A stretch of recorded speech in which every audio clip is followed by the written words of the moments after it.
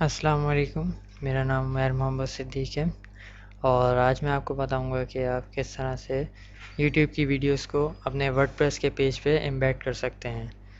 तो first of all आप जब अपनी कोई एक जो भी वीडियो आपने एम्बेड करनी है तो वो उस वीडियो पे जाएंगे यूट्यूब की, और उसके बाद यहाँ पे नीचे आपको शेयर का बटन नज़र आएगा, उसको क्लिक करेंगे।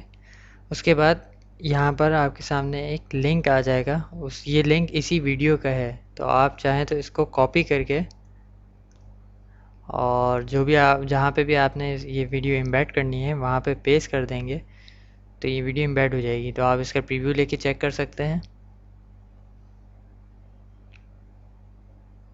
जैसे ये देख रहे हैं आप, ये यहाँ पे एक वीडियो एम्बेड हो गई है आपकी। या फिर इसका दूसरा तरीका ये भी है कि आप ये एम्बेड के क्लिक बटन को क्लिक करेंगे तो यहाँ पे पूरी कोडिंग आ जाएगी इसकी, जिसमें हाइट और वेट आपकी ये डिफ़ाइन होगी। तो आप इसको भी पूरा कॉपी करके आप एम्बेड कर सकते हैं इसी तरह से बिल्कुल।